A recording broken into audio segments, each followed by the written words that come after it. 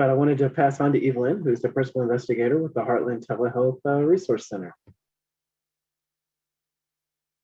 Welcome, everyone. Great to see you online. We're excited to have you join our webinar, Pediatric Telehealth Reimbursement today. I'm especially excited as a pediatric person to hear the latest updates and really learn from Rochelle today. Just a few housekeeping items. Just remember that this session's being recorded and that we'll be able to share that with you afterwards. Your microphones have been muted, but please do unmute or use the chat. Rochelle loves the challenging questions, so love to have those throughout the presentation. Rochelle Marding is joining us today. Again, for many, it's a familiar face, but I want to make sure we introduce Rochelle. She's an attorney who is also a registered health information administrator and a certified medical coder. Her practice focuses on medical coding, billing and reimbursement, HIPAA privacy and security, health information management, and regulatory compliance. Really appreciate the chance to learn from you, Rochelle. Take it away. All right, sounds good. Well, before I dive into the pediatric telehealth concepts that we're going to talk about this afternoon, I did want to give an update. Last week when we had our session, I had this slide and I've got some edits, as you see. So I mentioned last week that at the time, our most recent renewal of the federal public health emergency was back in October, and we were expecting to see that renewed about any time that would take us into April of 2022. So it renews for 90-day periods. So we're on, I don't know what iteration of renewals at this point we're on. So it was recently renewed Friday, the 14th. So that will take us into April 14th of 2022 will be the next renewal date. It is possible that the federal public health emergency is rescinded sooner. So we saw that in, I want to say it was Oklahoma, when your state declaration, it's been several months now, that it was actively rescinded instead of allowed to lapse or expire. That's always a possibility. I don't anticipate, for many reasons, that the federal public health emergency would be rescinded significantly before April 14th, 2022 for a couple of reasons. One, based on what our hospitals and healthcare providers are saying right now, that doesn't seem likely that we're nearing the end of the emergency right now, but also because I've mentioned a couple of times, informally, this is not binding, but it hopefully gives us an indication of the administration's intent. The Federal Department of Health and Human Services sent a letter to state governors, and I want to say maybe summer of last year, advising that they would try to give, they meaning the Federal Department of Health and Human Services that issues this public health emergency at the federal level, would try to give states 60 days advance notice before the federal public health emergency was going to end, whether that's through expiration or rescinding the federal public health emergency. So keeping that in mind, again, it's informal. They don't have to do that, but hopefully we would have at least some advance notice and not wake up April 15th with no renewal and be stuck with the end of the federal public health emergency. That then, whenever we get that 60-day heads up that we hope that we will get from the Federal Department of Health and Human Services, will probably prompt a whole hour session on its own on just thinking about federally the wind down and what that means in terms of reversal of some of the policies, where many will extend beyond the public health emergency, some telehealth services extending all the way to December 31st, 2023 at the earliest, but many others are going to go away the day that the federal public health emergency goes away. So that's something that we're just going to continue to be watching for and seeing what the Federal Department of Health and Human Services is doing with the public health emergency status. So today's session, we're going to talk about some concepts in pediatric telehealth in particular. And I think in pediatric telehealth, I've really focused on codes and coding, billing documentation, compliance requirements that I'll talk about this afternoon as well. Pediatric telehealth is another good point to kind of pause and think about some of the even more basic fundamentals of these healthcare services involving consent and getting documentation of consent, how that extends to the concept of telehealth services, some privacy and security issues that may be unique to pediatric telehealth that we haven't really emphasized in a lot of our other conversations that revolve more around services you would think of for adults traditionally, although they certainly don't have to be. A couple of quick facts I thought were interesting in terms of pediatric telehealth. The ambulatory telehealth has increased from 2015 to 2017, before the public health emergency was even a thing, and in models that have been direct to consumer, which I thought was an interesting fact. Subspecialty telehealth models have been developed, but usage is still primarily within primary care in terms of pediatric telehealth services. But in 2016, American Academy of Pediatrics had a survey. Only 15% of pediatricians had been using telehealth at that time. Payment and billing issues were reported as some of the key barriers to the adoption and use of telehealth. So I think what we have seen during the COVID public health emergency with not only the Medicaid programs, but the commercial payers where a lot of pediatric patients may be covered, is certainly a sweeping expansion of coverage for telehealth, where some of those key barriers maybe at least temporarily, and it seems like moving towards kind of a permanent status with some of the payer policies resolving or improving some of those payment barriers.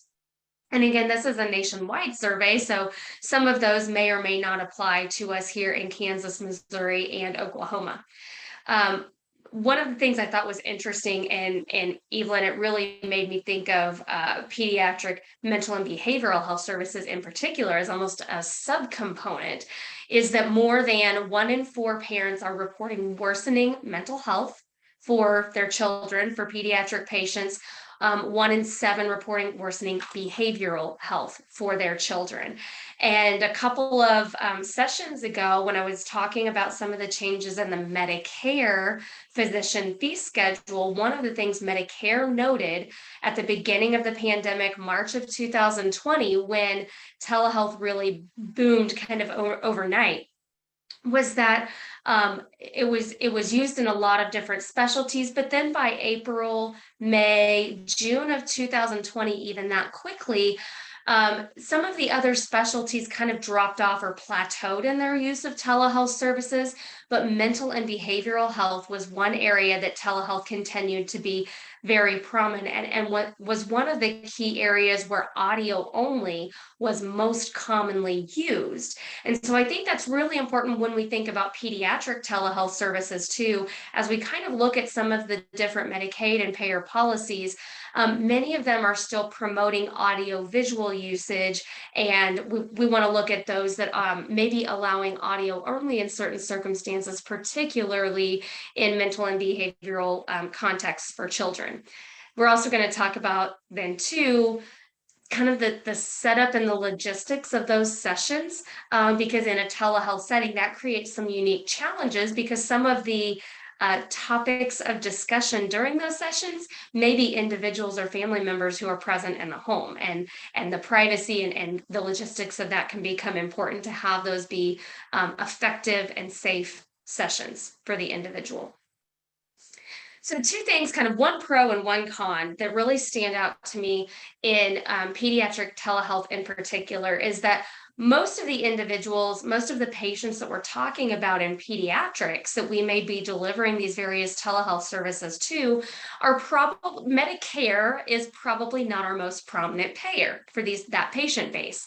And the good thing about that is even after the COVID public health emergency ends, These services are not going to be subject to those same really stringent requirements that Medicare has outside of the public health emergency flexibilities, meaning originating site requirements where only a certain subset of locations qualify as an eligible originating site under the Medicare program. Geographic restrictions, right? Before the public health emergency, patients had to be in, I'll just for simplicity purposes, call it a rural geographic area. It has certainly a more technical definition than that. But in pediatrics, we're not subject to those same restrictions. That is a Medicare program restriction, not laws or statutes that restrict the coverage of telehealth for everybody else.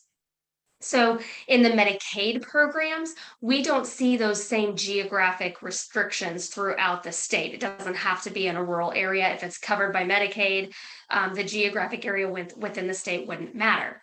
But on the other hand, sort of a downside to that is, at least with Medicare, we know what the rules of the game are, and those are the rules of the game, whether we're in urban Kansas, rural Kansas, metropolitan areas, Missouri, Oklahoma, or wherever we are.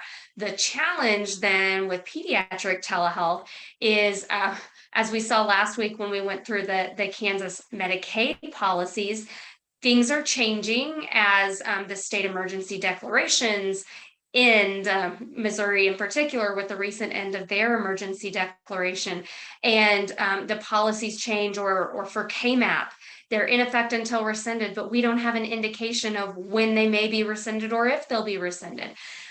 With private commercial health insurance companies, it can be extremely payer specific, but also plan specific. So it's really hard to say even Blue Cross, this is what they're doing, because on their websites for Aetna, United, Humana, Blue Cross, you'll find some general parameters on what the payers will do for telehealth in general, but also the caveat that plans can have their own particular terms or limitations or restrictions. And so employers may have certain caveats that do or don't allow different types of telehealth services or different types of telehealth modalities. So it's really difficult to say, oh, Rochelle has Blue Cross, therefore we can provide these services to her and be paid. It really becomes a challenge then to know in advance what the rules of the game are for all of these different services. So keeping that in mind, what I wanted to talk about, start out talking about, are some pre-telehealth service considerations. And this is not just limited to pediatric telehealth, but when I think about our children's pediatrician's office, and they have a single office and they're located in Kansas, they were not offering telehealth prior to the pandemic. And so now that telehealth is available, there are a lot of considerations that they have to take into account in the scheduling and in the registration process that they never had to think about before. Because where I'm located in the Kansas City metro area, we have the Missouri border just down the road. One of those things that they've got to think about in scheduling appointments is that even though their clinic is located in Kansas, the visit may involve someone who lives in the state of Missouri. And so at the point of scheduling, particularly if providers are not licensed in other states because their office is in Kansas, they only have hospital privileges for facilities located in Kansas. This may be something that really has to be taken into consideration, where your patients live and where they may be receiving services. And that has to be taken into consideration maybe before or at the time of scheduling. So just quickly walking through the 3 states and the licensure status, and I'll follow up with a really good question we had last week too on the state of Missouri. So for Kansas, on a permanent basis, even after the public health emergency, the state of Kansas Board of Healing Arts will allow out-of-state providers to deliver services via telemedicine and to treat patients that are located within the state of Kansas, but they have to get what's called a telemedicine waiver through the Kansas Board of Healing Arts. It's sort of an abbreviated license. It's limited to telehealth only. It's a pretty quick review and approval time frame. Ideally, or the plan, I guess, is to have those approved within 15 days time, and then they're renewed annually, because again, that is a permanent offering limited to a license to render telehealth in the state of Kansas. So Missouri, the question that came up last week when we were talking about Missouri Health Net, we were talking about in the state of Missouri, how the governor allowed the state's emergency declaration to expire on December 31st, 2021. And what that means in terms of Missouri Medicaid coverage for telehealth services and providers that may not have Missouri full licensure, and how they render telehealth to individuals who are in the state of Missouri. There were two parts to this. The first part is for Missouri Health Net. For Missouri Medicaid, there's some policies that the providers would allow, that Missouri Health Net would continue to pay for those services for providers who are located out of state and render a service to an individual who's covered by Missouri Health Net. But from a licensing perspective and the unauthorized practice of medicine and those implications, the professional has to be licensed in the state of Missouri to treat a patient in the state of Missouri. And with the emergency declaration going away, the flexibilities of the executive orders that created flexibilities for Missouri's Board of Professional Registration to allow providers outside of the state or who are not licensed in the state of Missouri to render telehealth within the state also went away. So Kansas and Missouri have a pretty clear distinction when it comes to the licensing rules right now, unless we have some legislative changes in the state of Missouri or regulatory changes. In Oklahoma, there's a process called a temporary critical need licensure that providers can go through in response to the COVID public health emergency. It's a temporary in the sense that the licensure the provider would receive is temporary, but also temporary in the sense that that availability for that type of kind of rapid or abbreviated licensure for the state of Oklahoma to see individuals who are located in the state of Oklahoma is good for 180 days and no later than September 14th, 2022. So later this year, we'll see where we are with the COVID public health emergency and if that gets renewed or extended, or if we may have legislative changes in Missouri and Oklahoma that would make those types of options more permanent, like what Kansas has done. Now, can we ask a question? Sure. Is it similar across physician and then more non-physician, such as psychologists and others? Okay, so that's a great question. And what I'm seeing in terms of the licensure is it's not so much distinguished by physician assistant, respiratory therapist, as it is the agency that's responsible for maybe issuing those regulatory flexibilities or having those licensure exceptions. So for example, in Kansas, the Board of Healing Arts has that process. And then when you go to the Board of Healing Arts telehealth waiver, and there's a link here when we send the slides out, you can see the disciplines that are encompassed within the Board of Healing Arts that may be eligible to receive those types of waivers. Yeah. I will say though, I want to say Oklahoma, I may have this on a slide later on to confirm, I want to say it was speech therapy, or maybe it was all therapy disciplines were explicitly removed from the list of eligible distance site professionals. I'll verify that before I confirm it, but there are certain disciplines that are not necessarily eligible anymore because they were only eligible due to state flexibilities to render telehealth in the first place.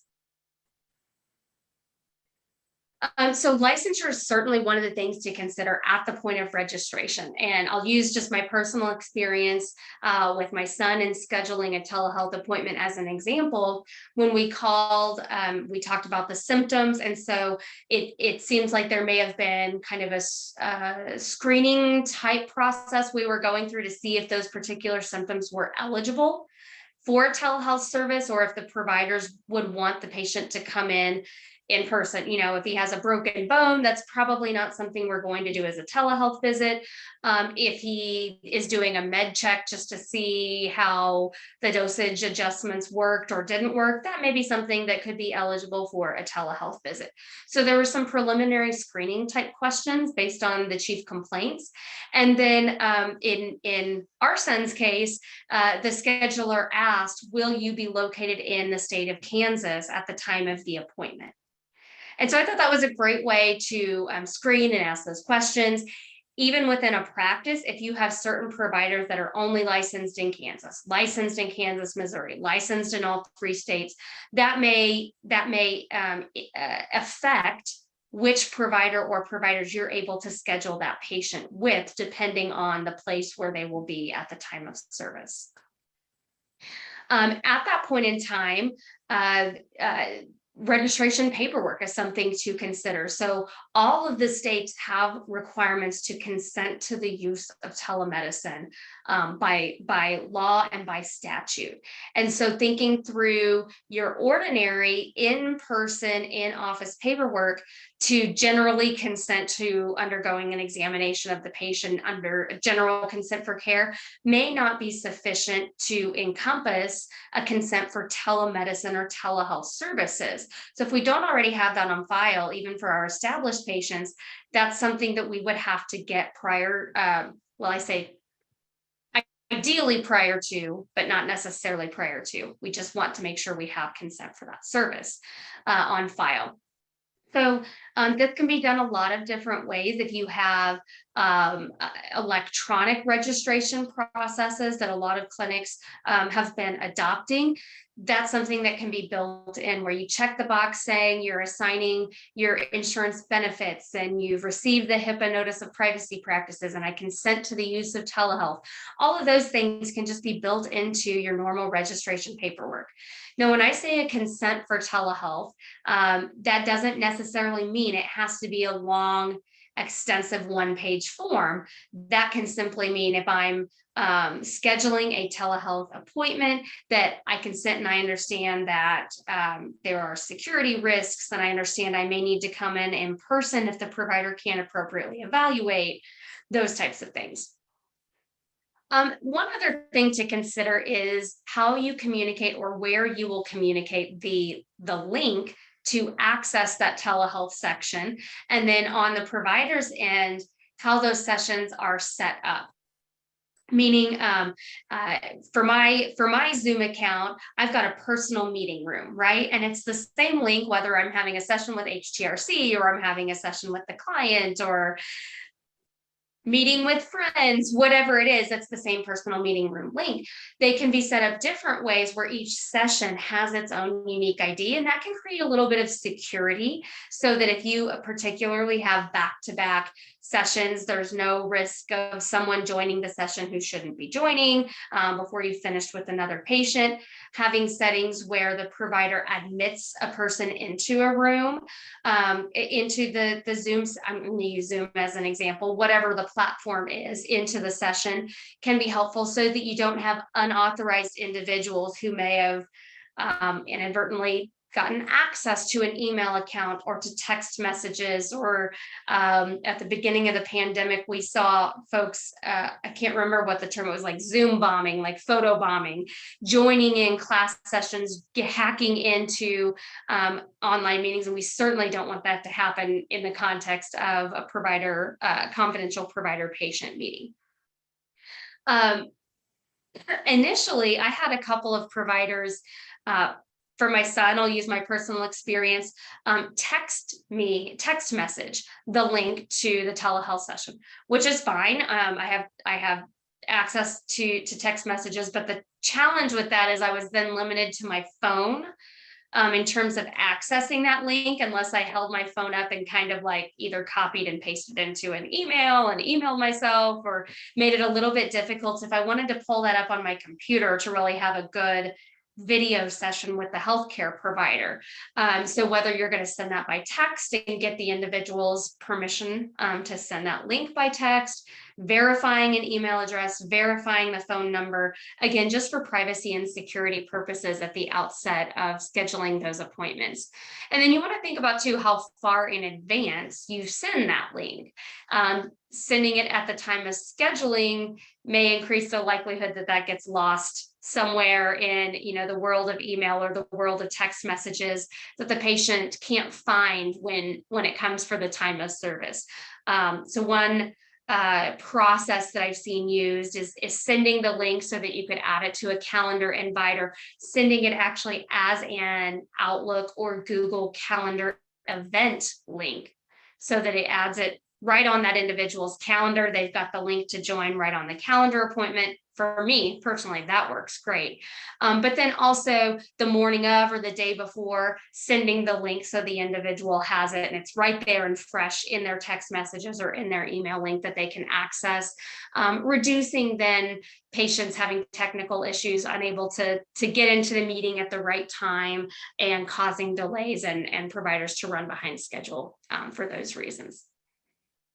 So that's some licensing considerations as the appointment's being set up, to make sure the provider that we're setting the patient's appointment up with is appropriately licensed in the place where the patient's going to be located at the time of service. Because remember, with telehealth, it's not based on the provider's licensure where they're located, it's where the patient's located and being licensed in that state. So some consent considerations to think about, and I mentioned all of the states have requirements, all of our 3 states in particular have requirements that we get consent, we obtain consent prior to a telehealth service, excuse me.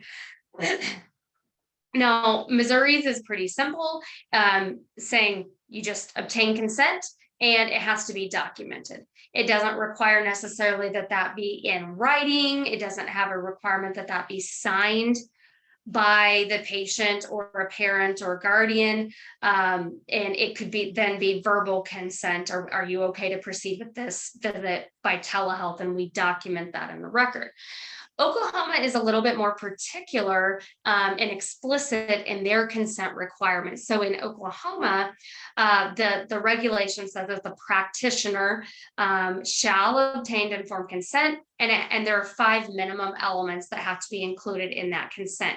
It has a requirement that there is a signed written consent statement, and failure to obtain the consent with those 5 minimum elements signed by the patient, it's considered an act of unprofessional conduct under the practitioner's licensing rules.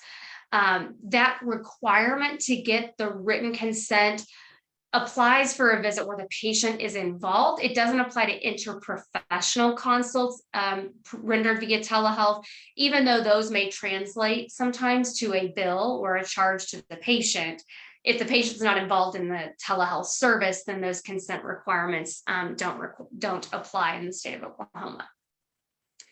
So then in the consent process, we know we've got to get consent. And then in pediatrics in particular, there's the question of who we get consent from.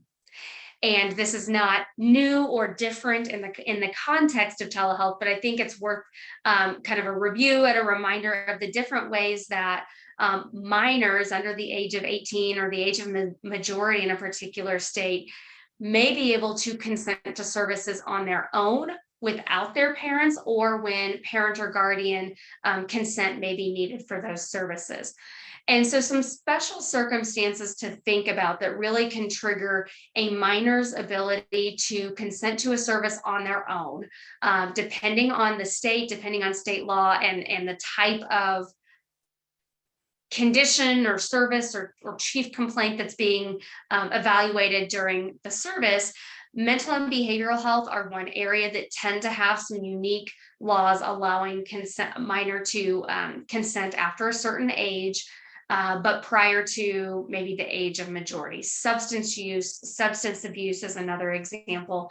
STD prevention, screening, so testing, diagnostic testing, treatment of sexually transmitted infections, birth control potentially. So all of the sexual and reproductive health areas may be areas where a minor can consent on their own. And if that's being done via telehealth, meaning a diagnostic visit to talk about complaints or potential need for testing for those types of issues, counseling session to talk about, risks and benefits and alternatives of birth control, STD prevention, and those types of topics, medication management, may all be situations when the minor may be able to consent to the service on their own, and then mental health services in general. So in all of those areas, we have to know what our state-specific laws are. And if the minor can consent on their own, then when we look up here at Oklahoma's rules, if the minor can consent on their own to the service they're going to receive, the minor can be the individual signing that written consent statement.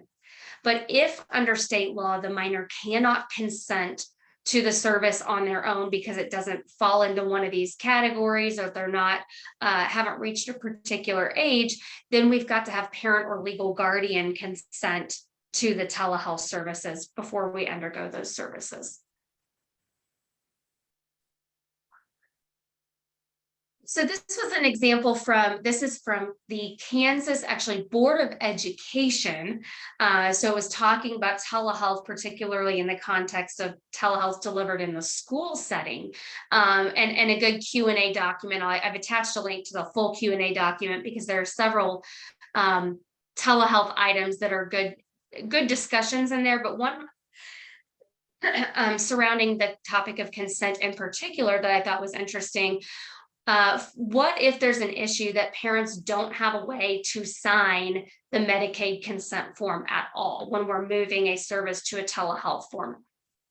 So what the Department of Education said was at this time, there's not a specific timeline on when that written approval or consent has to be obtained. It just has to be obtained. So if for one reason or another, the consent could not be obtained prior to the service, as long as we're getting that written written consent from the child or a parent or legal guardian, depending on who's eligible to consent for a particular service, we can get verbal consent, but a written approval has to be obtained at some point. So you call up mom, dad, parent, or legal guardian, and get the verbal consent, document the verbal consent. Then we can send the email or send it out in the mail to get the actual consent at a different time. So this is a state survey on different types of sexual and reproductive health consent requirements among the states. So I pulled out Kansas, Missouri, and Oklahoma. What you see in this first column, our states all have the same age of majority, age 18. So that's kind of our key age, that once the individual reaches the age of 18, then unless there's concern of incapacity or other cognitive issues, then they'll be able to consent to pretty much any service. But also minors under the age of 18 in these states, these checkboxes indicate, can a minor consent to the services related to the diagnosis and treatment of sexually transmitted infections and diseases? And the answer in our 3 states is yes, they can in most cases. Prevention, so those might be counseling type visits to talk about prevention. 2 of our 3 states, the answer is yes. You notice Missouri here is a lot more stringent and is not allowing minors to consent on their own for a lot of these services. General healthcare services, meaning outside of the context of mental, behavioral health, sexually transmitted infection, pregnancy, substance use and abuse. But there are provisions in the state of Kansas that would allow minors to consent generally to a healthcare service.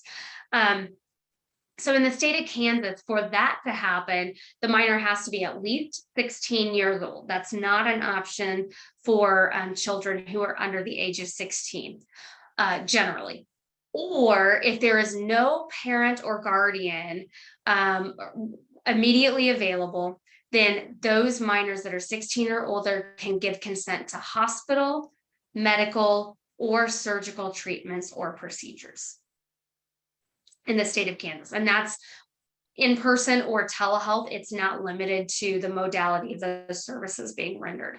So now Missouri, the way their statute is written, excuse me, in Missouri, a minor who's under the age of 18 could be qualified and competent to obtain medical care if they're 16 or 17, so essentially 16, but not yet 18, if they're homeless, if they're a victim of domestic violence, and self-supporting. So that "and" means they're at least 16 and homeless or a victim of violence and self-supporting, then that minor may be able to consent to medical care and treatment on their own. In all of these states, legal emancipation of a minor is going to be an exception to all of those statutes. So if the minor has gone to court and legally emancipated themselves, then he or she would be able to consent to the services on their own, including telehealth services. Another exception is when the minor themselves are a parent, then they can consent to the care and treatment of their child, even though the parent in that situation is a minor. In Oklahoma, our statute says that any minor who's separated from his or her parents or legal guardian for whatever reason is not supported by parents or a guardian can consent to have services provided by healthcare professionals. So then there's some professional judgment in what it means to be separated from parents or a legal guardian. Does that mean just for the day? Does that mean for the weekend? Does that mean so generally that means that the parent or guardians are unavailable. You try to get a hold of them, or they're separated on a more permanent basis than just for the day. The parents are not available because they're at work or for some temporary reason. Excuse me.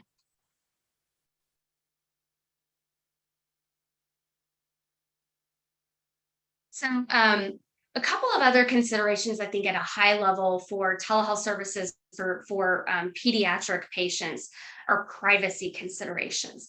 So remember, during the public health emergency, this is not limited to Medicare. It was an Office for Civil Rights, which is the federal agency that one of the agencies that enforces HIPAA privacy and security rules.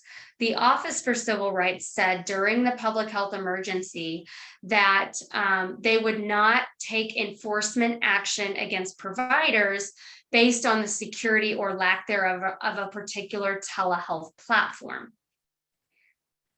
That does not mean that HIPAA rules don't apply during the public health emergency.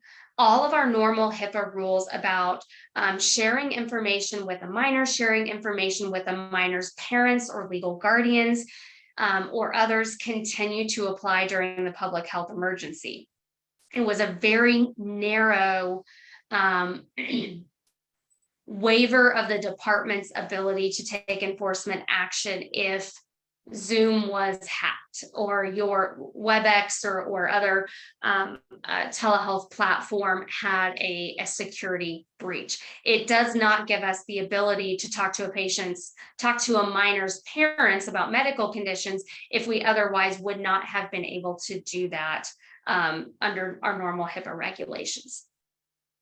So some considerations, I found a really good tip sheet from the American Academy of Pediatrics that talks about some principles for telehealth delivery for pediatrics, because the setup creates some potential logistical challenges if we're having a visit with a pediatric patient.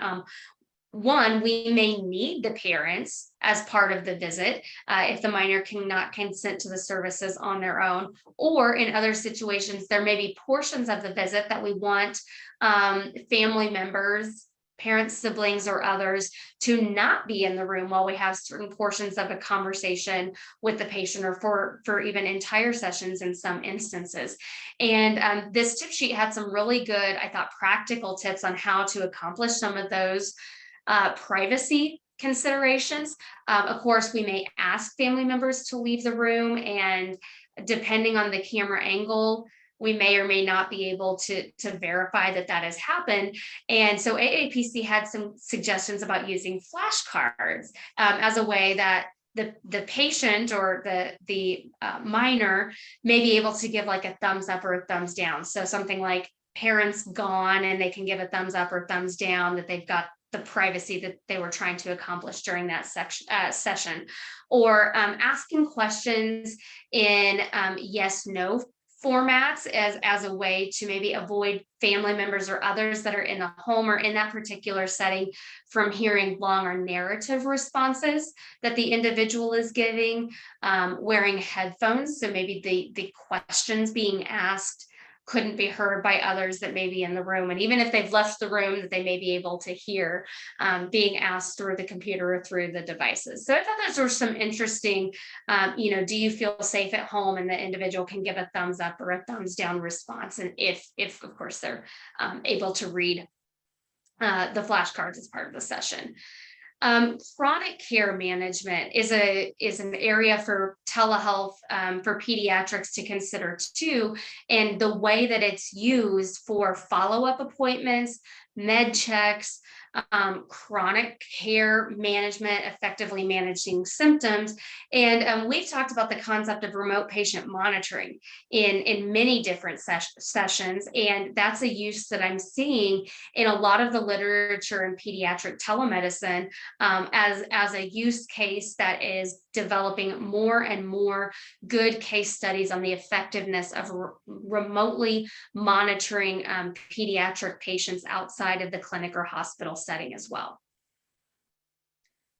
I've got a couple of coding and billing things I want to make sure I get to, but one aspect of this that I think is worth revisiting again, because it's been a while since we talked about this, but I remember mentioning, I think last week, that it's like, it would be really nice if you just had like a telehealth kit, like you had the stethoscope at home, you had the pulse ox device at home, a good scale. And so you'll see, if you search for this online, practices considering offering telehealth type kits or certain pieces of equipment, or maybe after surgery, you get a good thermometer to help monitor temperature and look for signs of infection after surgery.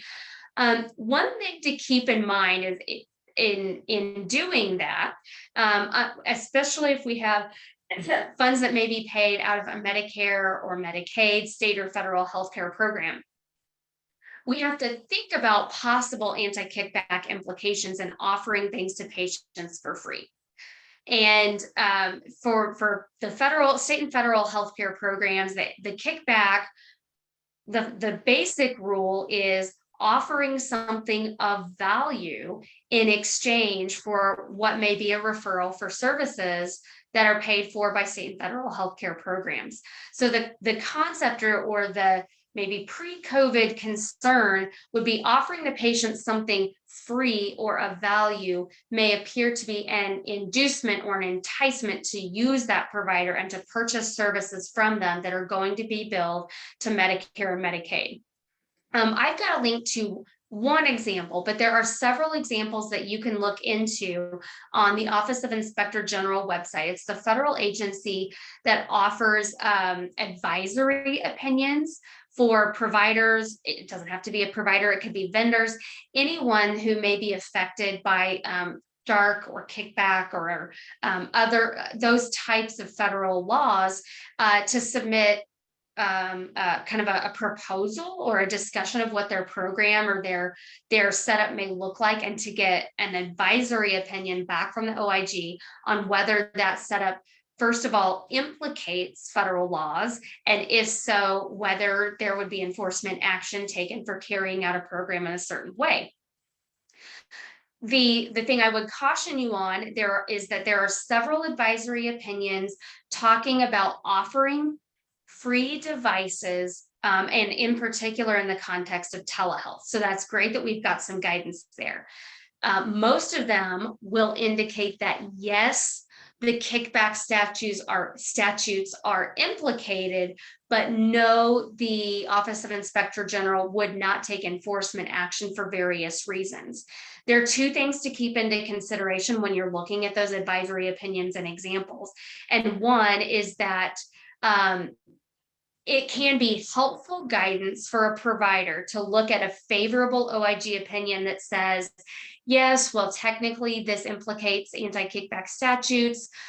We wouldn't take action, and here's why. And they tend to go on to describe all of the different safeguards that were put in place in a particular program to help protect against abuse from inappropriate billing and outlay of funds from Medicare and Medicaid. So looking very carefully at what those safeguards are and trying to mirror them as closely as you can, because taking one sort of leg of the stool out, it's hard to know which of those factors were most important in the OIG saying overall, we wouldn't take enforcement action.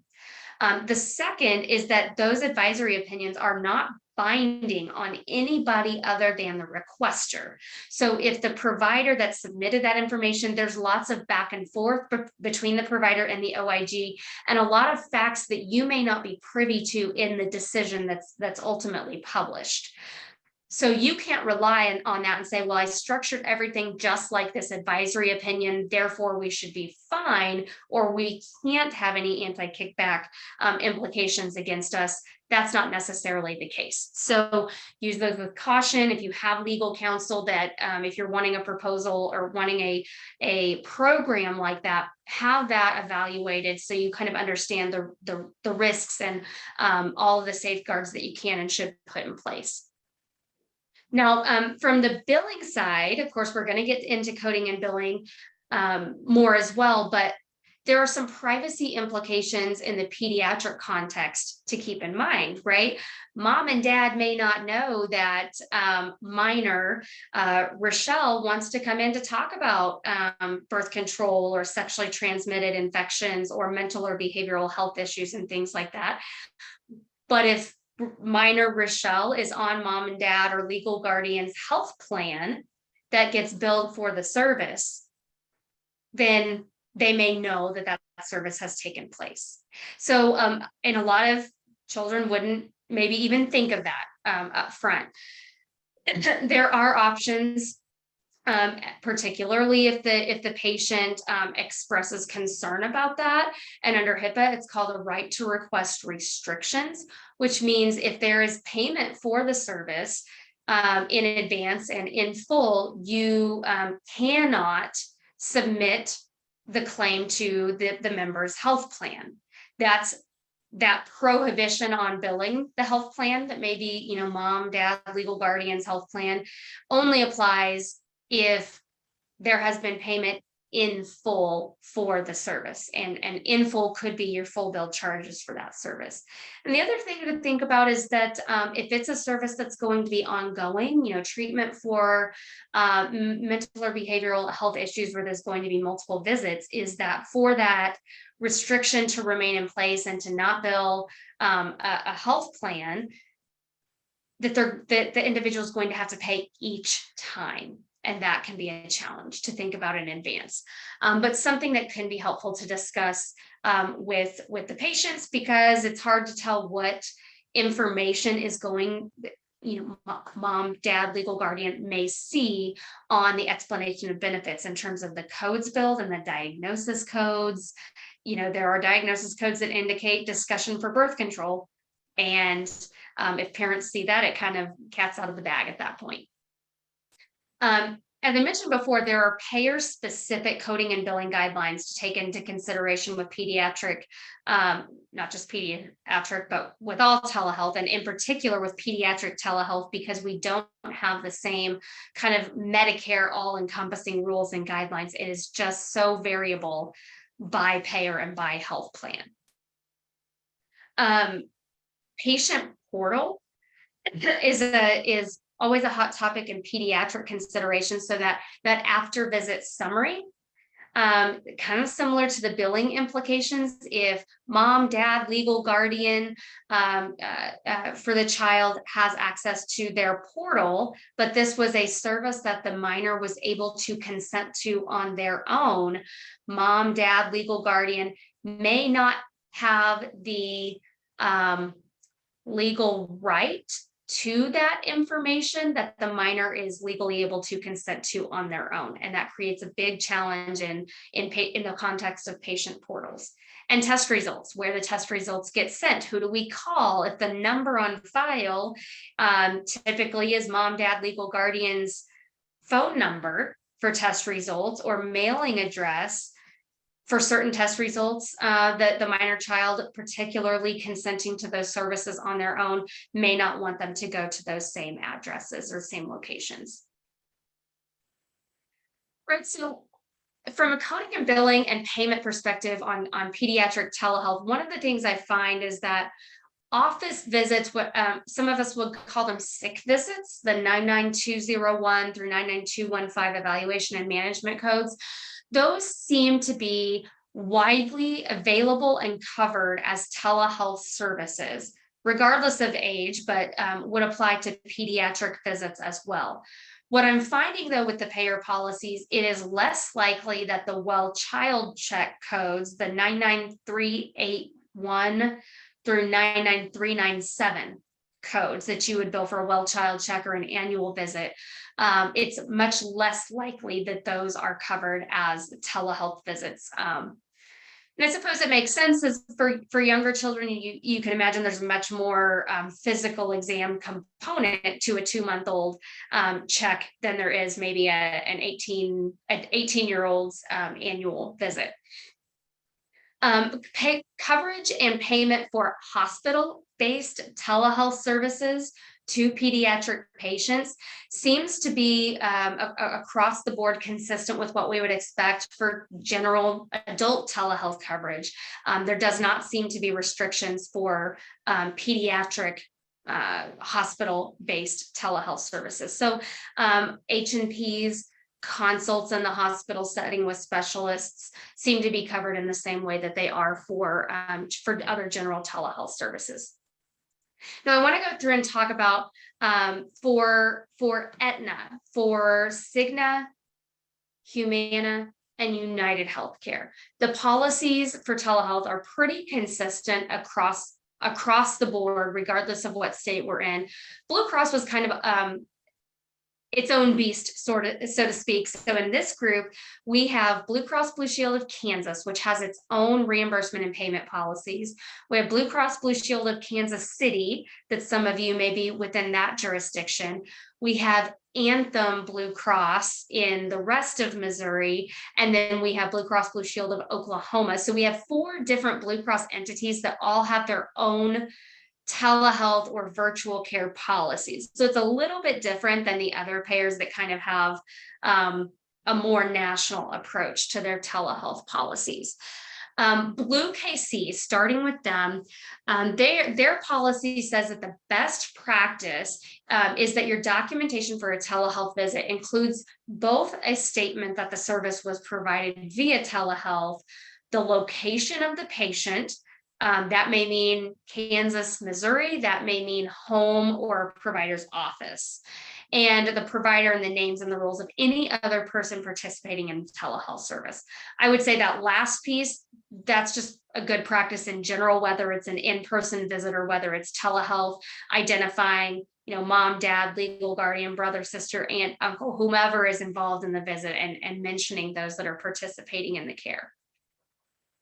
So now for Blue KC, under their telemedicine payment policy. They have a flexibility during COVID that is not available outside of COVID. In the telehealth policy, there's a list of eligible distant site practitioners that looks very similar to the Medicare list of eligible distant site practitioners, but during the federal public health emergency, Blue Cross Blue Shield's policy says that they would cover not only physicians and PAs and nurse practitioners, but also some ancillary professionals, clinical social workers, psychologists, professional counselor. You can read all of the credentials there that will also be allowed, to deliver telehealth services to individuals who are covered by a Blue Cross Blue Shield of Kansas City plan.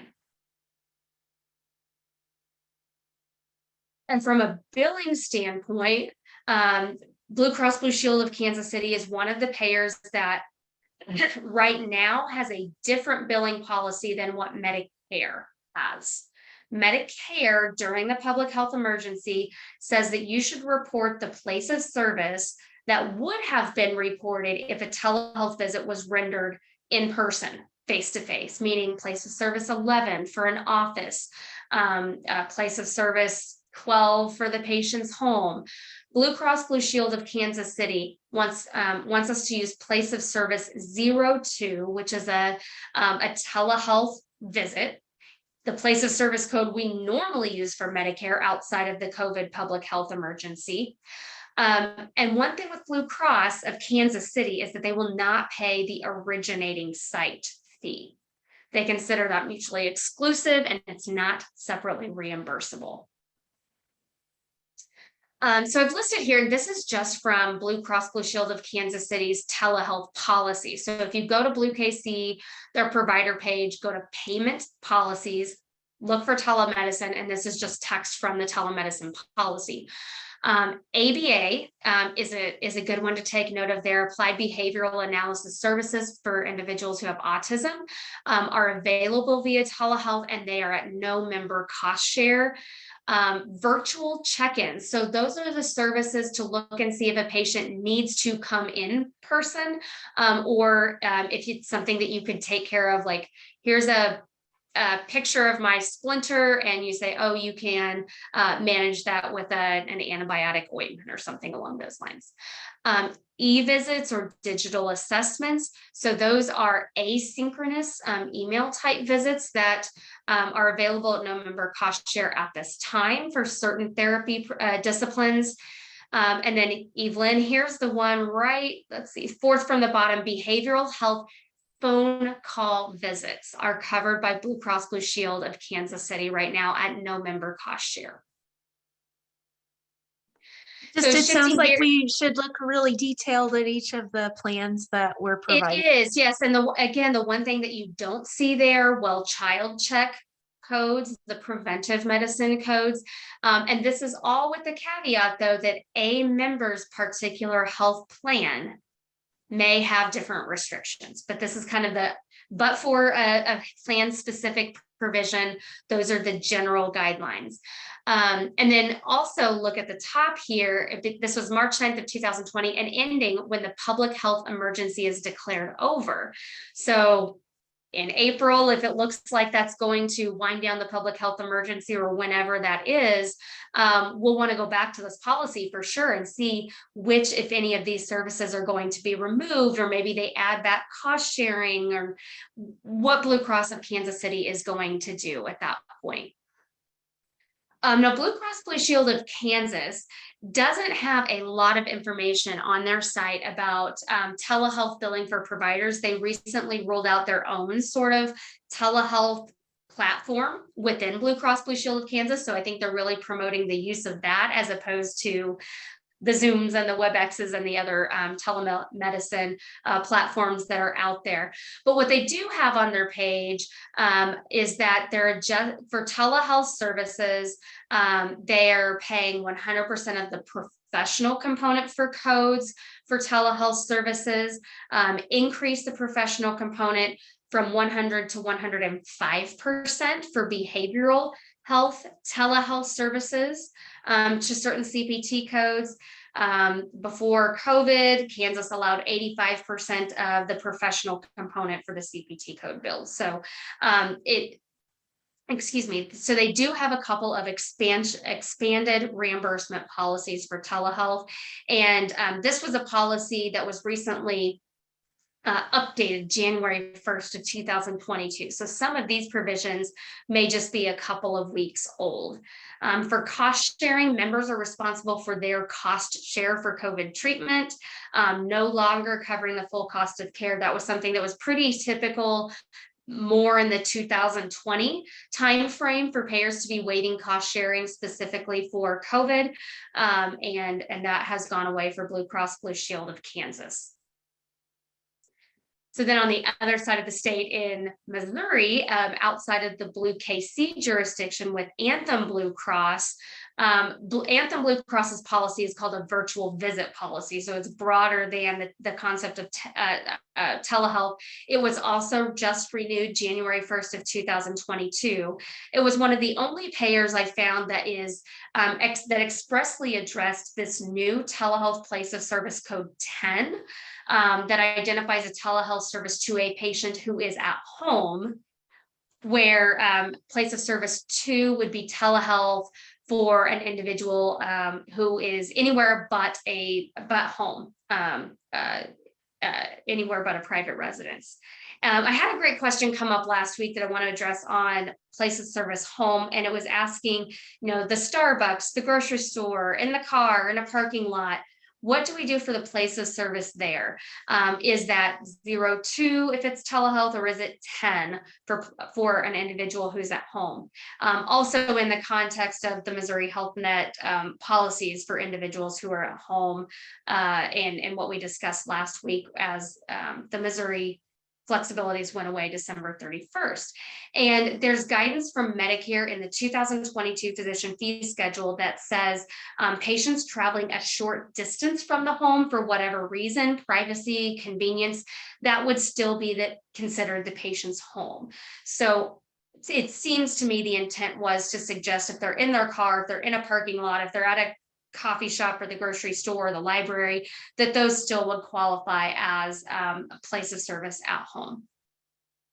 In Blue Cross Blue Shield Anthem's policy, they're covering your traditional telehealth, your audio visual telehealth visits, but also e-visits, virtual check-ins. They do have telephone visits with certain exceptions. Like there were certain therapy disciplines that Anthem will not allow to do an audio only visit, and explicitly covering remote patient monitoring for Anthem, which I think is great for pediatrics and beyond. No, I know I'm just a couple of minutes over here, so I'll briefly go through Blue Cross Blue Shield of Oklahoma, and there's a link here to their policy. One thing that really stood out to me in their policy that is much more stringent than most payers is that when a telehealth service is delivered to someone who has Blue Cross of Oklahoma, Blue Cross's expectations is that you have the start and the stop time, not just the duration, but the actual start and stop times of the service recorded in the documentation. I cannot tell you how many retrospective reviews I've been involved in with various payers where start and stop times were an element of compliance that weren't well documented and were used as a basis to request refunds and overpayments. So make sure you're dotting that I and crossing that T. In order to be eligible to bill the originating site fee, the Q3014, the provider has to be supplying the room and the telecommunication equipment. So there's a great question a couple of weeks ago about schools, and can an originating site fee be billed if the patient is at school when the telehealth service is rendered? And Blue Cross Blue Shield of Oklahoma is clear on this, that if the billing provider is not incurring an expense for the equipment and is not supplying the room, the answer is no. But that doesn't necessarily mean that the provider has to own the premises. That could be a rental fee, a fair market value rental fee for the space and for the equipment. But the idea of that originating site fee is that you're incurring some of the practice expense, the overhead. So if there is no practice expense and overhead, that's why we typically can't bill it for patients who are at home, because we don't have any cost to the provider for that equipment and for that space in the patient's home. And they're explicit that patients at home cannot have the originating site fee billed.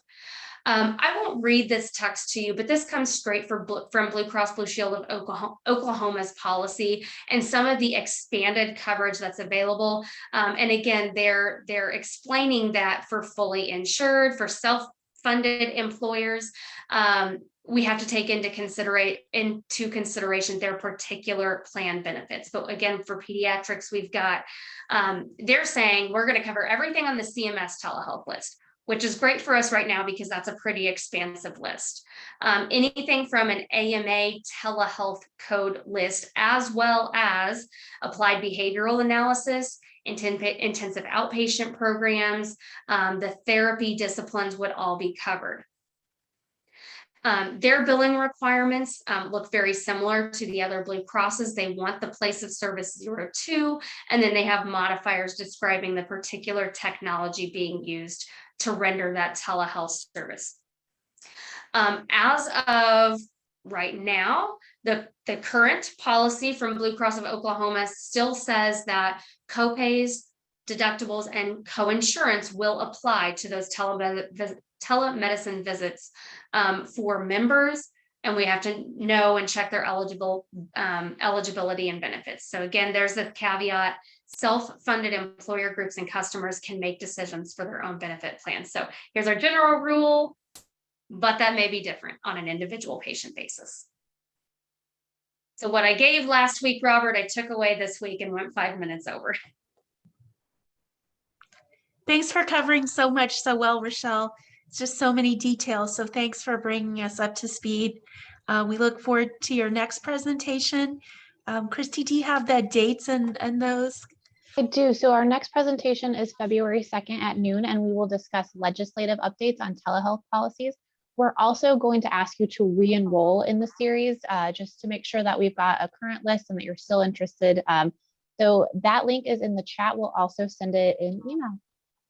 So thanks, everyone. Have a great day.